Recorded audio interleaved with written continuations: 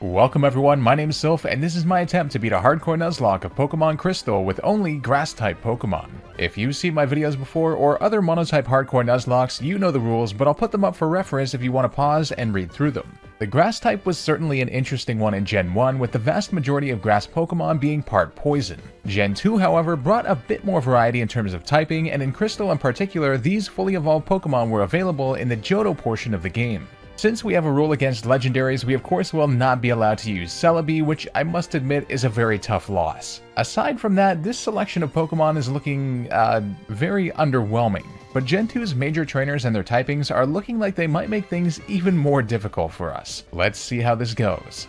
As with most games, we start off in our house talking to our mother, who is with some stranger. "Hello, Sylph, I'm visiting." "Sylph, have you heard? My daughter is adamant about becoming Professor Elm's assistant. She really loves Pokemon." And Gold's just sitting there like, "Who are you? Why are you in my house? And is your daughter single?" With that out of the way, it's time to pick our starter, and we get one that we can actually keep in this challenge, Chikorita, which we nickname Littlefoot. Now normally this is where I'd tell you guys what nature it has, but natures didn't exist in this gen. One of the very many interesting mechanics it has, which is what encouraged me to try out older games for hardcore Nuzlockes in the first place. Speaking of which, why is there an Oddish in our party? On our way to Mr. Pokemon's house, we pick up a berry from a tree. No name, no type, just berry. Oh, there we go, a Sinkerberry.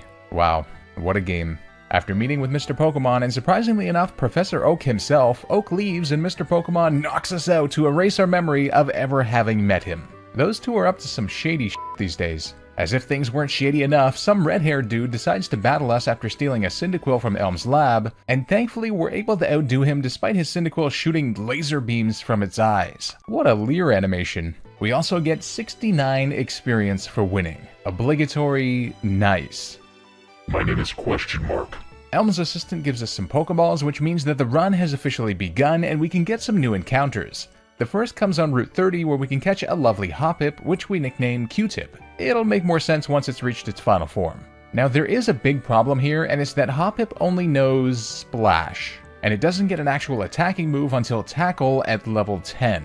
Brutal. Our first trainer battle is against our good old friend youngster Joey, who at this point is in his prime. We all know he became champion in Kanto, and now he's just hanging out in the earlier routes of Johto, destroying noob trainers. What a legend. On our way, Littlefoot gets to level 8 and learns Razor Leaf, and we're already nearing the level cap, but thankfully our next encounter is found on Route 31, where we can get a Bellsprout. We catch one and nickname it Vacuum. No innuendos intended. Thankfully, we do have a relatively easy way to train our Pokemon, especially since we have to switch train Hoppip, and that's the Dark Cave with the Geodudes in there. Now, I suppose I should address this now. Don't worry about our EVs and what specific Pokemon we fight. EVs work much differently in this generation, where you can get up to 65,535 per stat with no total limit across stats like the 510 limit that exists nowadays. With our Pokemon now at a sufficient level, it's time for our first major challenge, the Violet City Gym. Now this gym, oh boy, this gym. It's a flying type gym, of course, an absolute disaster for us, and the level cap for Falkner is 9. Yup, 9. Incredibly low, to the point where Hoppip can't even get an attacking move yet, and all three of our Pokemon are weak to the gym's type. The very first trainer is mandatory, and he has a level 9 Spearow, which should realistically be able to outspeed and sweep our entire team with Peck, so I spent a lot of time theory crafting as to how we could possibly beat him. Eventually, I decide our only option is to actually waste all of Q-Tip's power points on Caterpie, 75 moves in total, so we can use Struggle, a 50 power normal move with recoil. Thankfully, Hoppip does learn Synthesis, so we can use that instead of having to rely on potions, since Pokecenters would heal power points as well, obviously. After that painstakingly long process, it's time to try this out. My strategy is to lead with Littlefoot, and I try to use Growl as many times as I can to lower Spearow's attack. Peck does huge damage to us, just less than half, and thankfully our berry comes in handy after we got brought to 5 HP. After our fourth Growl, he hits us again, and my calculations tell me we should live, and we do, on just 1 HP, so I can get just 1 tackle off. Whew, that was way too close. With Spearow's attack now lowered significantly, I switch into Vacuum and get hit to half before I use Growth to charge up our special attack, since we only have Vine Whip. Even still, it hardly does anything, as we're brought to 8 HP before our berry helps us back to 18. Bellsprout then amazingly survives with 4 HP a couple attacks later, and we brought Spearow to the red. From here, I switch into Hoppip, who tanks Peck quite well, and since we have Struggle, we can now take it out, being brought to just under half. Man oh man, to think this is only a regular trainer battle, I am terrified for Falkner. While procrastinating, I went to one of the houses, and this guy offers to trade his Onyx for a Bellsprout, and I mean, we do have a Bellsprout. You guys won't tell on me if I accept this, right? Onyx would be a godsend right about now. The second trainer is still a challenge with 2 level 7 Pidgeys, but thankfully they only seem to have Tackle, so we manage them pretty well. With that, it's time for Falkner himself. Now, the key to my plan here was to level up all 3 of our Pokemon to high level 9, since in Hardcore Nuzlocke, you just have to be at or below the level cap when the battle starts, but you can level up mid-battle. Falkner's first Pokemon is a level 7 Pidgey, which I know only has Tackle, so I send out Q-Tip first. I decide to start using Tail Whip against it to lower its defense so our next switch-in can take it out easier. The good thing about this strategy is that Q-Tip does have Synthesis, so after a few Tail Whips and being brought to 8 HP, I can use it twice to get us close to full health. Then I switch into Vacuum just so that it can get some XP, and then I switch into Littlefoot. With Pidgey's defense now so low, it's a 2-hit KO and only does 6 HP damage on us. Since all 3 of our Pokemon were on the field, they all get XP and level up. In comes the big threat, his level 9 Pidgeotto. I know I need to lower this thing's attack, so I use Growl, but Stab's super effective Gust brings us down to 11 HP before we land it, and then our Berry helps us up to 2/3. The next hit brings us to 9 HP, and we get another Growl off, and according to my calcs, we should be able to survive another one after that attack drop, and we do with 3 HP and can get 1 Tackle off. From here, I switch into Vacuum, and now that Pidgeotto's attack has been lowered, we survive 2 with 5 HP. Now here's another key. I taught Vacuum the Flash HM that we got from the Sprout Tower, which after 13 entire game wipes, I've learned is necessary. Pidgeotto still lands another Gust to bring us to 4 HP, and we can land another Flash. It's time for the end of our strategy, switching in Q-Tip, who thank God learned Tackle when it got to level 10 mid-battle. But it's still not enough. I have to land some Tail Whips to lower its defense first. Thankfully, we land 3 of them before getting hit, and Gust brings us below half. It lands yet another one in a row, but we survive on 3 HP, and from here can use Synthesis to heal above half, but we get hit again, although I had used Synthesis again. It hits another one though, and I use Tackle here, which still hardly does anything. I have 1 Synthesis left, and it hits Gust beforehand, but we survive on literally 1 HP. This is it. It hits us again to 5 HP, Tackle brings it into the red, and now we need it to miss here. That is our only shot. I go for Tackle, and it does miss Gust, so we can take it down with 1 final move. Oh my god. Flash came in clutch. Honestly, after I had wiped a few times, I was thinking this battle would be impossible, and when I set out and planned this run in the first place, I wasn't sure it would be possible at all. But we found a strategy that worked, and we're lucky enough not to get crit. This was the battle that I had to reset the entire game most for out of any run that we've done, even over Platinum with Ghost types. Unbelievable. First badge down, and another big challenge is up ahead. While making our way to Azalea, Littlefoot ends up learning Reflect at level 12, which should be quite an awesome move. Union Cave is usually quite a big challenge for us, but since it's filled with rock types like Geodude and Onix, along with water types like Slowpoke, our grass team is actually pretty well suited for it. Slowpoke also goes relatively smoothly with the help of Reflect, although it certainly made me realize how tough Team Rocket is going to be in this run, since normally they run with poison types. Upon arrival in Azalea Town, I realize we're very much nearing the level cap of 15, so it's gym time. Now this gym is also a terrifying one for us, being a bug type gym, but thankfully Vacuum is able to pull us through most of the gym since its part poison typing allows it to not be weak to bug nor poison moves. We did have a very close call against the final trainer's Beedrill though, and along the way Vacuum learned Sleep Powder and Q-Tip learned Stun Spore. With that, it's time for the second gym leader, Bugsy. Bugsy leads with a Metapod, and I lead with Q-Tip. Now that we have Stun Spore, I decide to paralyze it right off the bat. This way I can start spamming Tail Whip to lower his defense, as we'd hardly be able to touch it otherwise. Even though he has Harden, the paralysis kind of tips the balance in our favor, and we're able to take him down, only taking 12 HP damage in the process. Bugsy sends in Kakuna next, and since it has Poison Sting, it would be a bad idea to stay in, so I switch into Bellsprout while he uses Harden. Here I can use Sleep Powder, and now I try to start loading up on growth so we can do any damage at all, since he 4 times resists Vine Whip. Over time we take him out, taking 12 HP damage again in the process. Now in comes the big concern, Bugsy's Scyther, which is another reason it was smart to get Bellsprout out, since it's not weak to bug either. He hits us with Leer to lower our defense, and I use a Sleep Powder on it. Knowing Scyther 4 times resists Vine Whip as well, I switch into Littlefoot. This way, I can now get Reflect up to increase our team's defense. I can also hit it with Growl to start really dropping its attack. However, he wakes up and goes for a stab super effective Fury Cutter.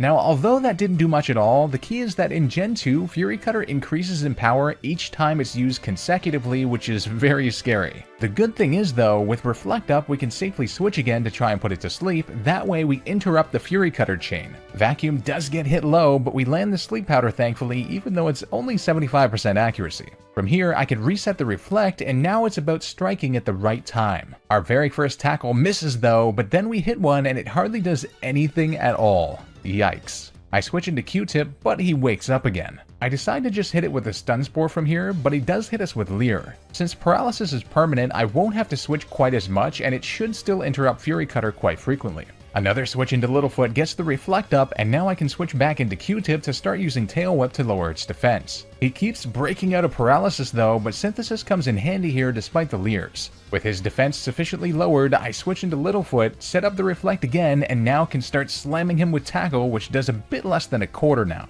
However, he starts hitting us with Fury Cutter, but we get a crit, and then he stays paralyzed. He hits us again, but now we could just outspeed and take him down. A crazy strategy, but it worked. Kind of necessary when trying to keep a Scyther at bay. 2 badges down. Before we leave Azalea, I know we have a rival battle, so I decide to do a little bit of grinding. During the process, Chikorita finally evolves into a beautiful Bayleaf, which should be helpful. Now looking at Silver's team, I actually decide to use the Mudslap TM that Falkner gave us and teach it to Littlefoot. Silver leads with a Ghastly, which can be quite annoying with Hypnosis, Lick with a chance to paralyze, and Spite, but keep in mind that since there are no abilities in this generation, Ghastly doesn't have Levitate and is therefore weak to ground moves. Not only that, but Mudslap lowers accuracy too, which is devastating for Hypnosis, which only has 60% accuracy to begin with. Mudslap does a bit less than half, and then he indeed misses Hypnosis, then we get a crit to take him down on the next one. Nice. Zubat comes in next, which is a bit troublesome for us, so I switch in Q-Tip to put it to sleep.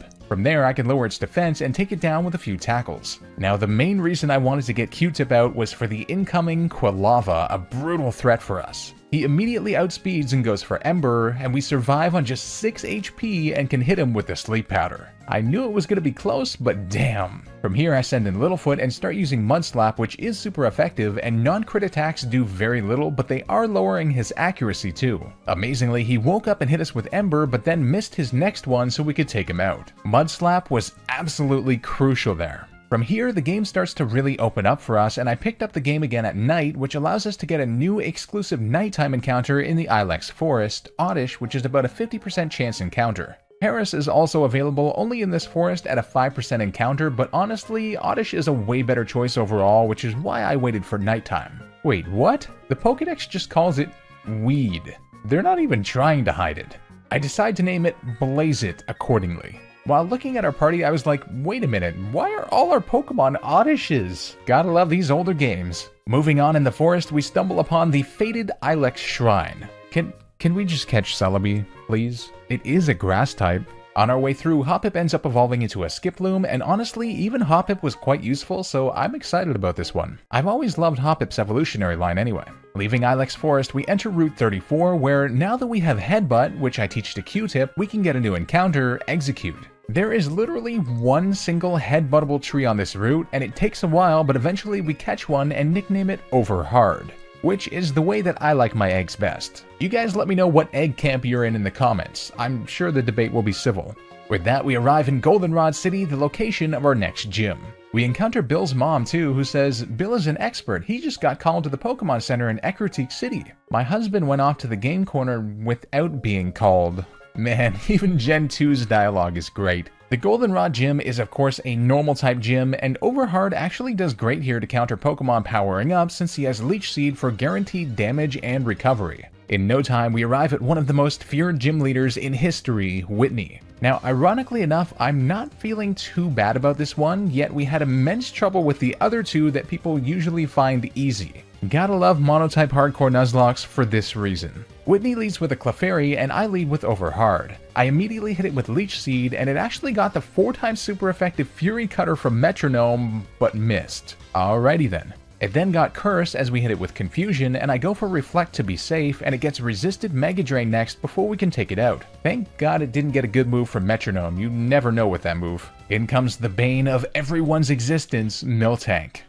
It goes for Rollout, and then I hit it with Leech Seed. Now Rollout of course gets more powerful every turn, but it missed its second one, breaking the chain, although we missed our Hypnosis. It starts another chain, and we miss Hypnosis again, yet it misses again. What is this battle? I say screw it and go for the Reflect to help us out defensively, then we just start using Confusion. Combined with Leech Seed, this was quite effective, and we whittle Miltank all the way down after landing a Hypnosis eventually. All this time, for decades, people have been searching for an effective Miltank counter. I think this is it. Leech Seed, Reflect, and Hypnosis are like the perfect moves. Now we know why they put Execute right before the gym.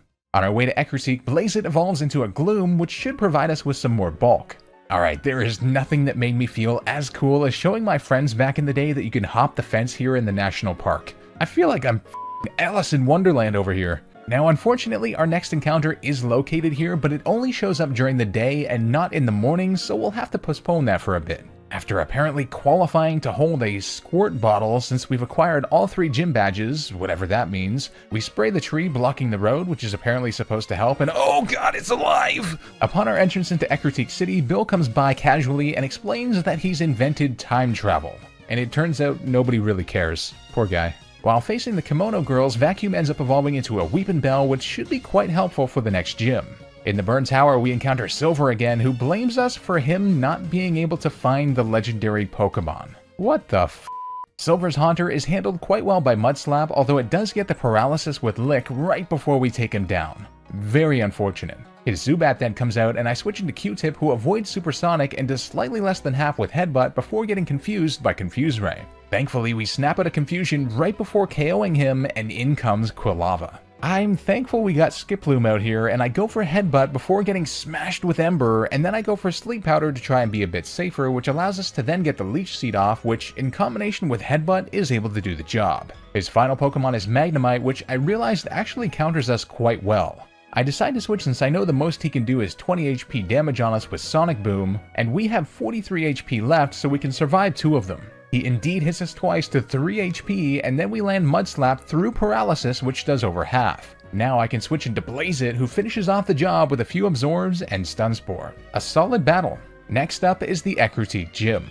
Thankfully, Execute's Confusion and Bayleaf's Mudslap are able to take us through the trainers, but before Morty's battle, I was studying his team and realized we have absolutely no way to handle him. And especially not his Gengar. With a Hypnosis, 100 power Dream Eater, and Mean Look combo, he could literally sweep our entire team with ease. We need something more, and I have an idea. I decide to go back before Goldenrod and battle Picnicker Gina, who I forgot to battle. After the battle, she gives you her number, we got it boys, and she tells you if she finds a cool item that she'll save it for you, and this happens to be a Leaf Stone. While we're waiting for her to call us, I decide to go back and pick up some resprouted berries which we need, and I also get the Miracle Seed which I realized we forgot. Although that won't be much help for this gym. And since it's daytime, we can also hit up the National Park to catch our next encounter, a completely overpowered Sunkern, which we catch and nickname Colonel, as in the military rank. Hey, I thought it was clever. Eventually, we get a call from our good old friend Gina, and she gives us the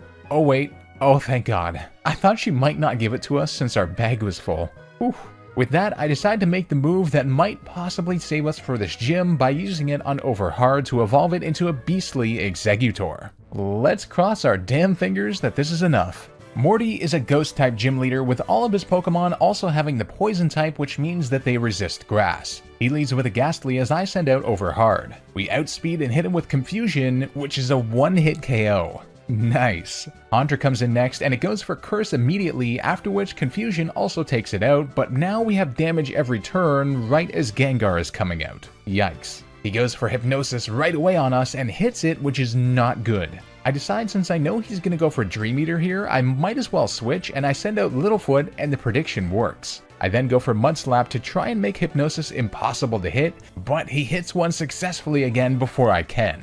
Dream Eater then does nearly half damage on us from full. I stay in and we get hit by it again down to 6 HP. This is not looking good. I'm forced to switch, so I go into Q-Tip as he goes for Dream Eater again. From here, he finally misses a Hypnosis, thank God, so I can land the Leech Seed for guaranteed damage and recovery.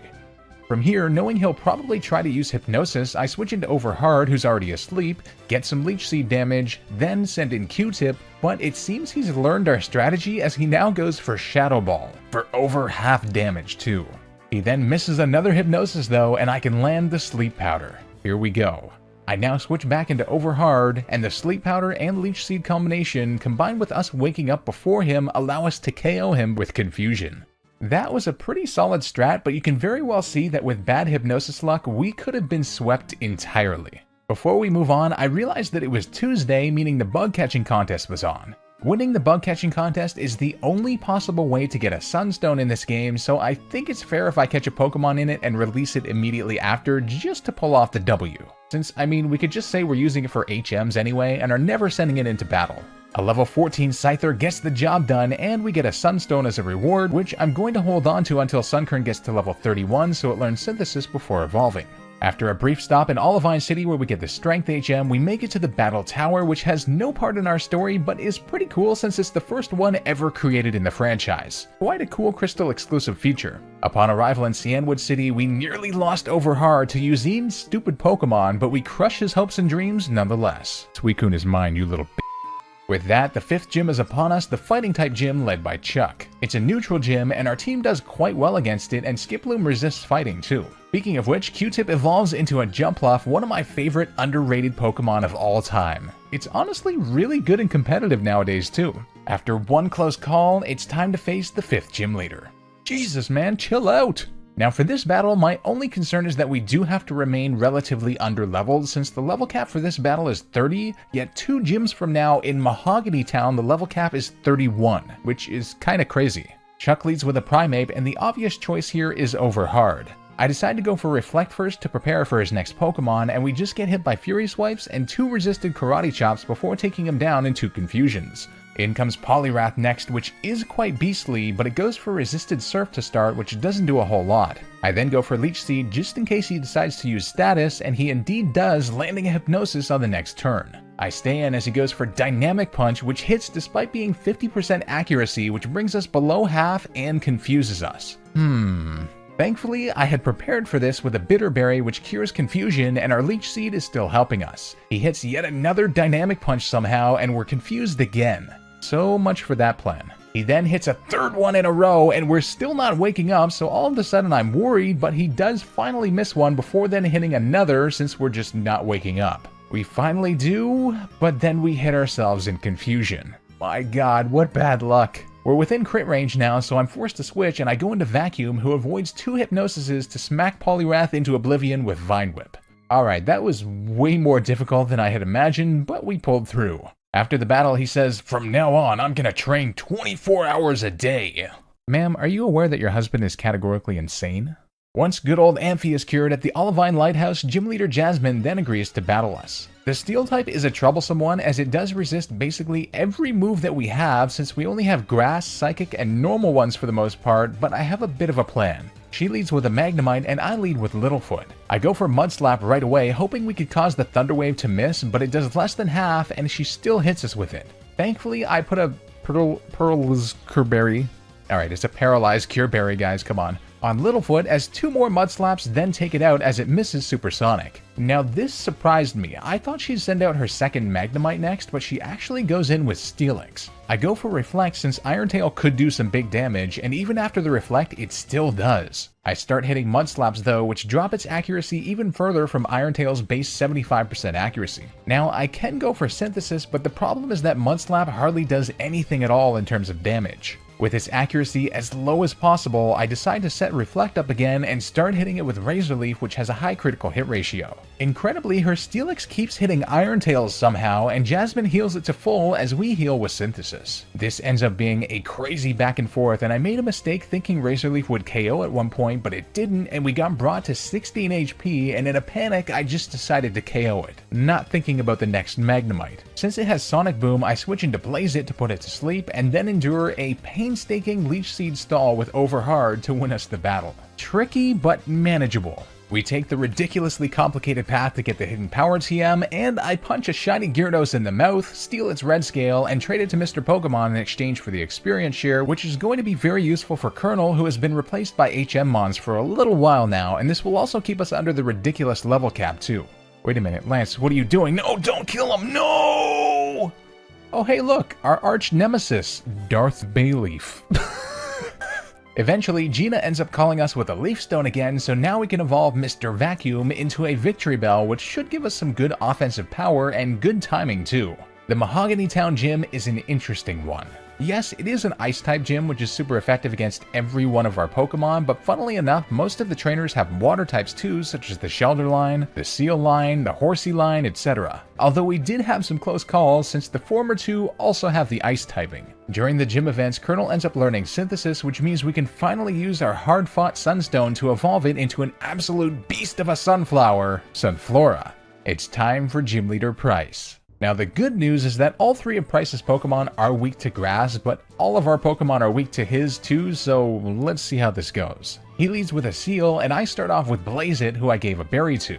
I hit it with Sleep Powder off the bat, then switch into Vacuum, who I gave the Miracle Seed to for extra power so that we could use Growth and charge up with Vine Whip for the sweep, but Seal wakes up immediately and hits us with an Aurora Beam. Ouch. Switching here would kinda be silly, so I go for Growth nonetheless, but he uses Icy Wind on this turn, which also lowers our speed. That was the worst possible scenario and completely ruins my plan. Not a good start to this battle, but Vine Whip then one-hit KOs him. In comes Dugong next, and it goes for Aurora Beam as I stay in. We survive on 10 HP, and then Vine Whip does a bit over half. I'm forced to switch here, so I go into Littlefoot, who tanks one with above half, then Razor Leaf finishes him off. In comes his final Pokemon, Piloswine, who I'm feeling nervous about since it has Blizzard and is very bulky.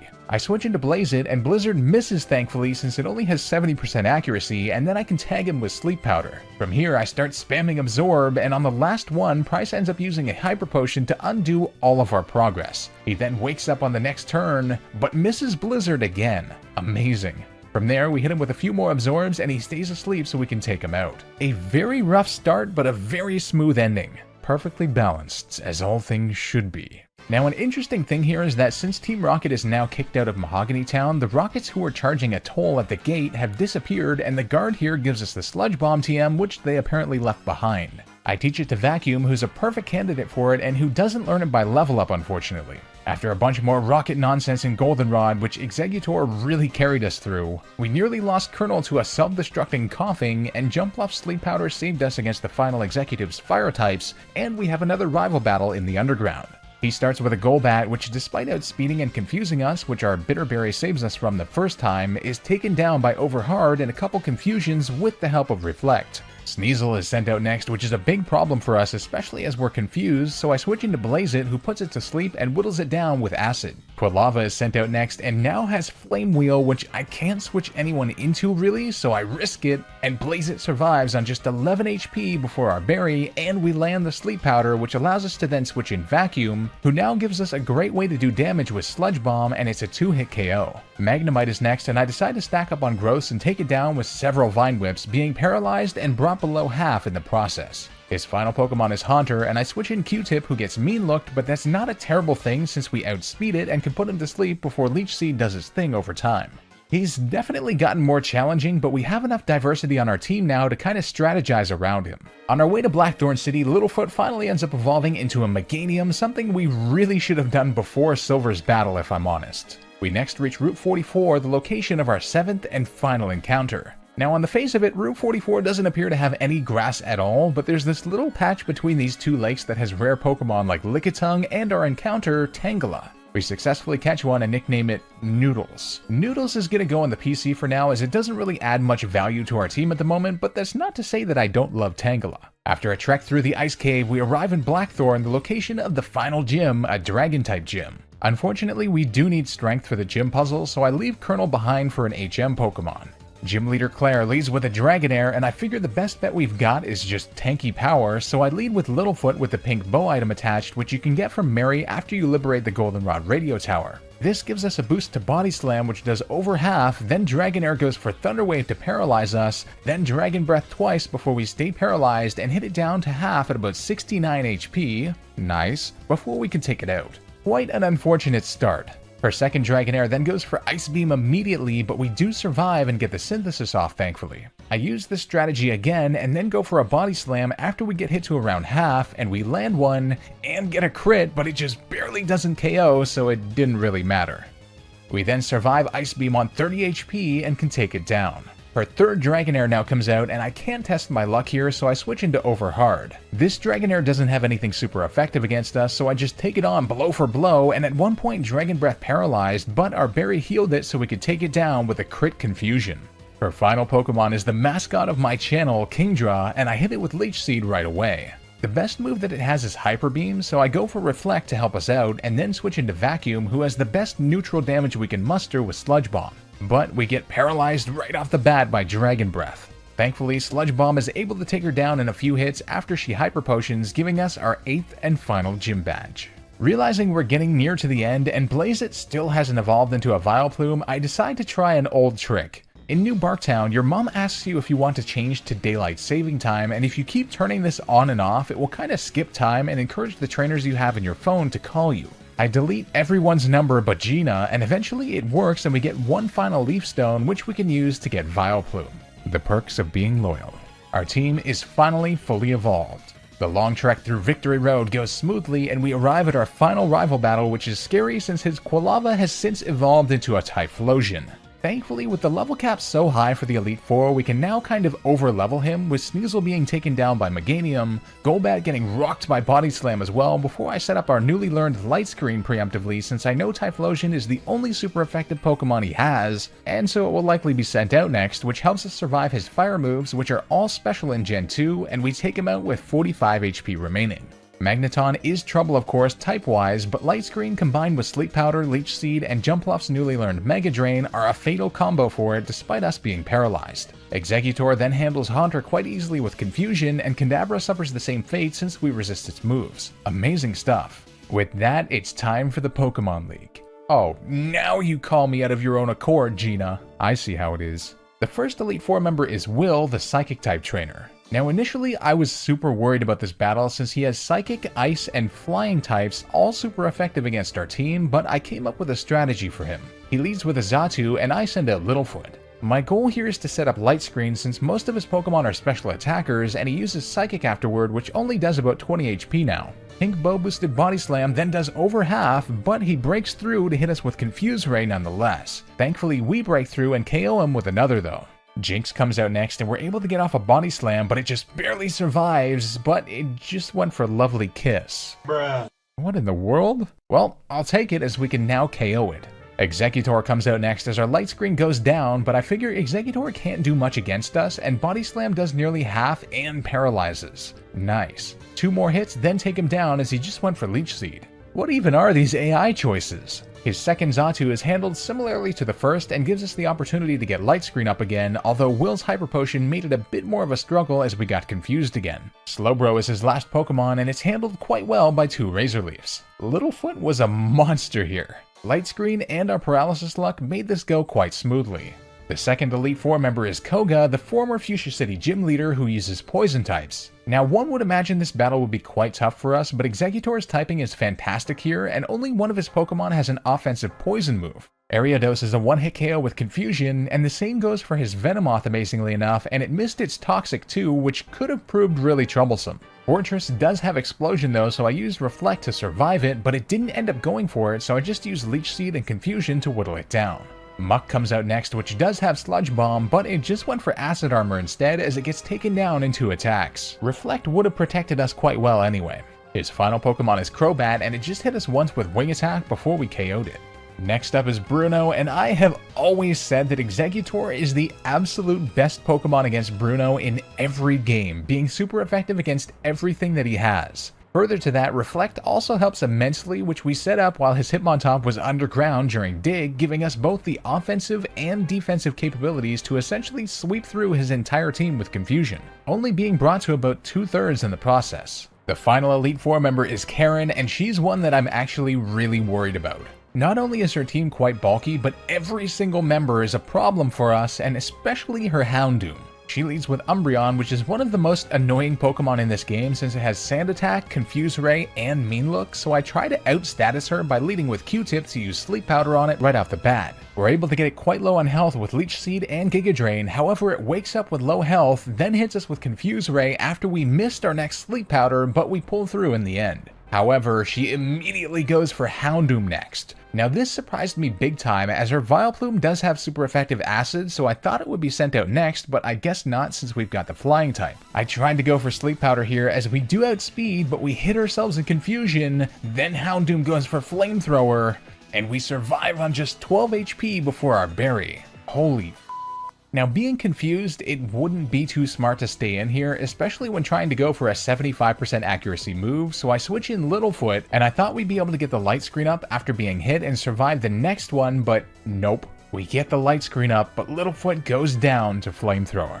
Damn, that is not good. I send in Blaze It next, who tanks Flamethrower with over half thanks to Littlefoot's light screen sacrifice, and we put it to sleep with Sleep Powder. Now, I know we need neutral offensive power, and our best bet is Vacuum, who is thankfully able to 3-hit KO her with Sludge Bomb after Karen max potions it. Oh man. From there, Vileplume is taken down with a few neutral Sludge Bombs as well, and then Gengar comes out and paralyzes us with Lick immediately. I switch into Overhard here, and thankfully she just went for a Spite.